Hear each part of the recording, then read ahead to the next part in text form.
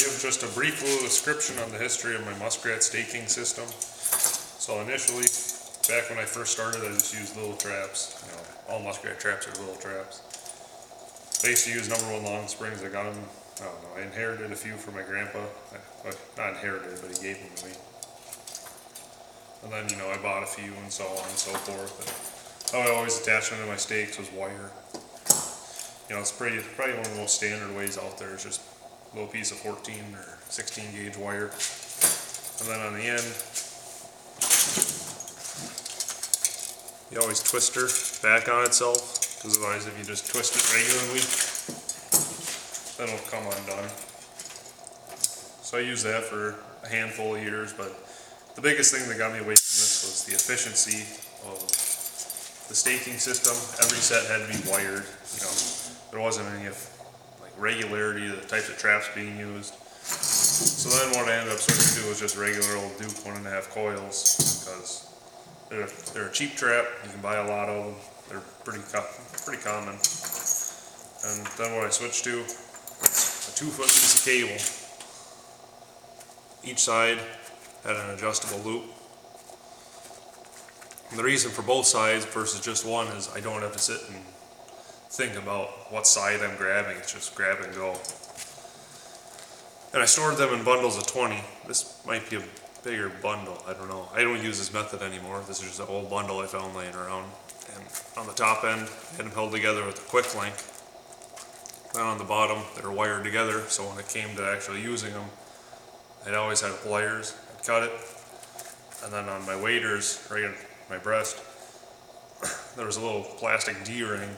I don't know what it was for. I don't know much about the manufacturing of waders, but I'd hang a quick link from that, and then this quick link would be open, and it'd be hung on there too.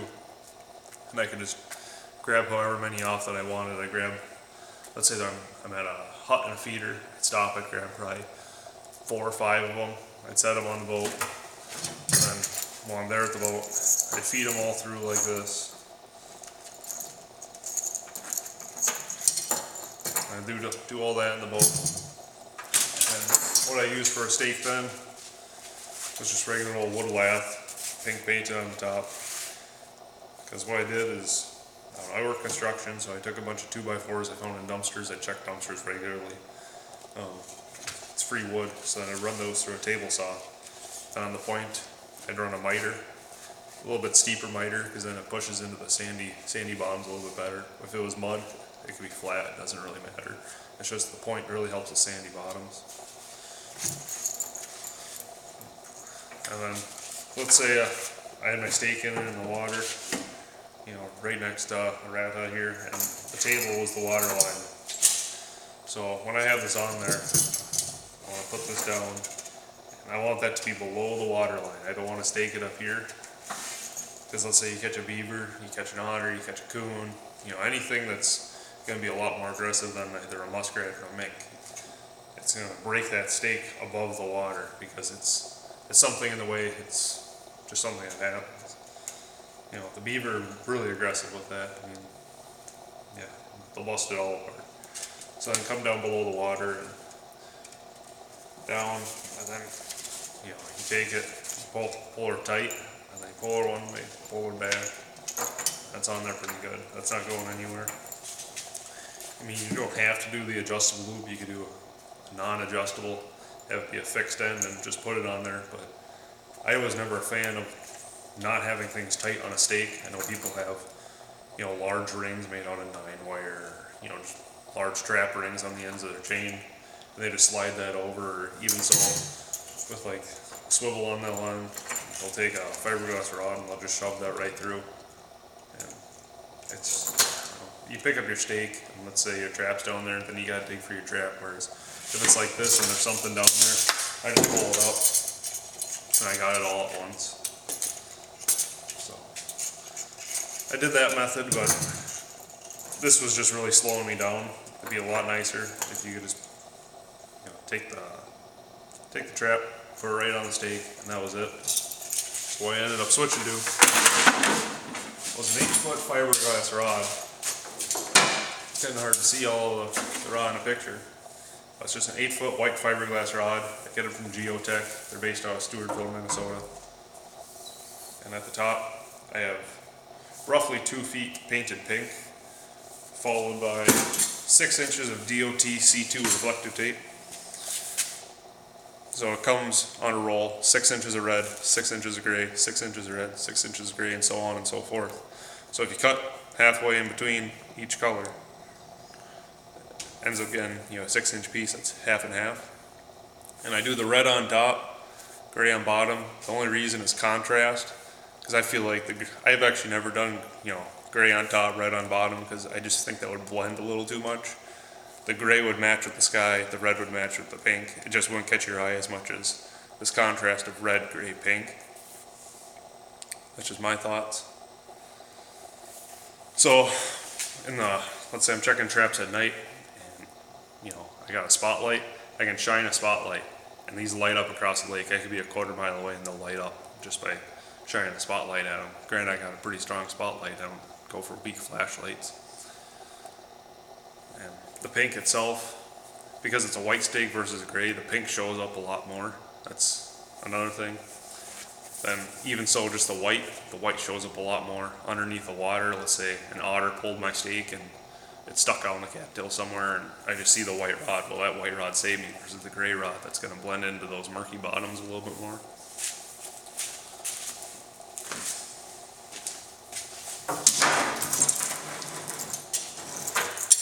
So then on the end of my trap chains, I got a swivel, and then I got this little metal ring. It's called a Snap Max clip. I think they're made for electric fencing, because there's these 2 little tabs that you could run wire through for the electric fence, and these clips I got set up. You can hold the swivel, hold the clip, and it'll pry against itself. Come in on the end, slide it up, and the moment you let go, that's on there pretty tight. That's not going anywhere. So one thing that's really nice is, let's say you get an otter, you get a beaver, and it pulls a stake and it's up in the cattail somewhere. This really spring thing, I can really bend that. So it acts kind of like a shock spring in a sense. Whereas, you got the wood lath. Wood lath, let's say it gets pulled up tight, it's just going to break up against something, and eventually you're just stuck with this, and you just have a lot higher chance of losing the animal. It's not fair to the animal. It's not fair to yourself. You should use the proper tools for the job.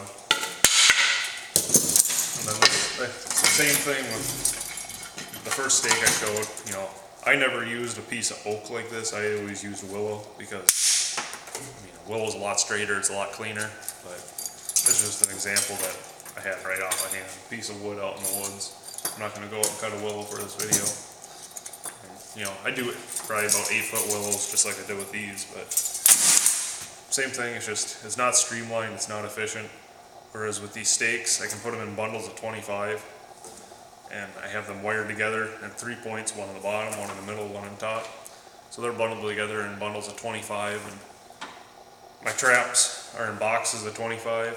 Last year, I had them in boxes of 50 and 75. That was a little too heavy, so I went down to 25.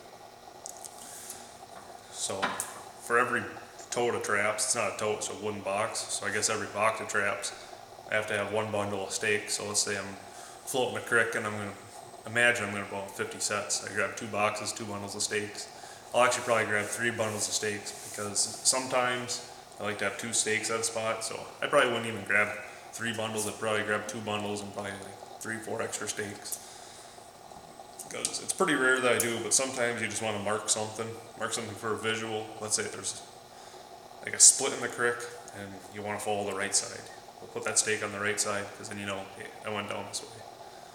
But like I said, that's pretty rare. My memory's still good, so it doesn't really come down to depending on a stake or anything. But even so, let's say there's a group of cattails, and you see a feed bed on the outside of it. You set the feed bed, and as you're setting that feed bed, you notice about, let's say, another 15 feet in, another 5 yards, there's a rat hut. Well, you can't see that rat hut from out in the water, but put that stake out there to let you know, like, hey, there's another trap here. It's just one of those little reminder things, because you'll sit and you ask yourself, why did I put this empty stake out here? Then it'll click in your head, hey, there was probably 3 sets in those cattails on that rat hut, which you otherwise can't see, because they're just buried in the cattails. Because it really sucks. you're trapping a lake, you put off, 300 sets. Then you pull your traps and you have 297 traps. Oh, where'd they all go? So everything about this system is to help kind of prevent that. All the visuals, prevent stakes from breaking. I can go back at night and I can shine a light. I don't see a beacon shining in a bay when I'm checking it. Chances are I don't have a trap there. I can go to the next one and I can try finding my traps. So that's just a brief little description on kind of the history of my muskrat staking system and why I do what I do. If there's any questions, feel free to ask.